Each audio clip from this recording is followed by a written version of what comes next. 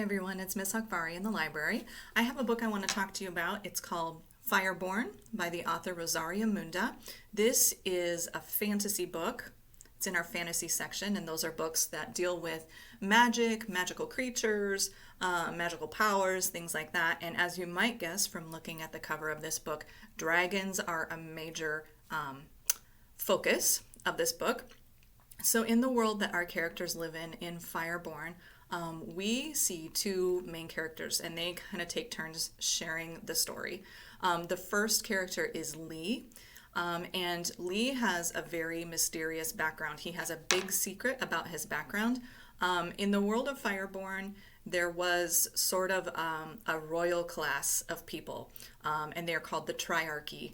And they were the ones who were able to control dragons. They were the only ones allowed to raise dragons and use dragons. And as you might imagine, if you hold all the dragons, you hold all the power.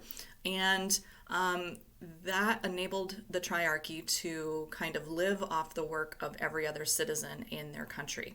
And 9 years ago, there was a revolution, and every member of the Triarchy and their family were killed except for one. Except nobody knows it, and Lee is that person. So his entire family was killed right in front of him when he was about 8 years old, and now 9 years later, he is part of the revolution and working as something called a guardian. So he actually does have access to a dragon. He's learning how to defend the country that he lives in through that, and he's actually involved in a competition to see how high up in the leadership he gets to be. And his goal is to be something called the First Rider, which is kind of the commander over the entire Guardian force. The other character that we hear from, her name is Annie.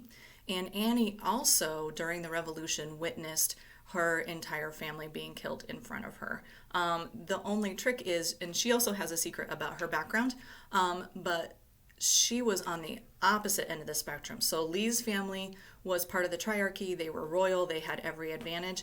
Annie's family basically lived to farm and gave most of their food away or had it taken from them by members of the Triarchy.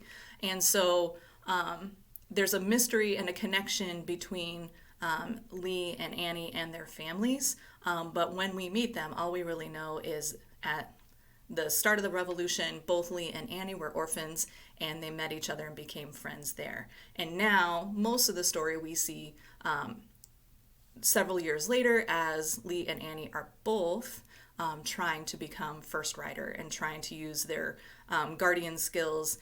And they uncover some things about the current government that are sort of questionable. They have a lot of things to try to sort through, not the least their friendship that they've had for lots of years, and there's some conflicts and some secrets that they've been keeping from each other. So if you like a story that deals with fantastical animals like dragons, Fireborne might be a good fit for you. If you like a good action adventure story, this might be a good read for you as well. And if you kind of like books where there's something sinister going on, something awful going on behind the scenes, this also might be a good fit. I just read this book. I really enjoyed Fireborne, and I hope you do too.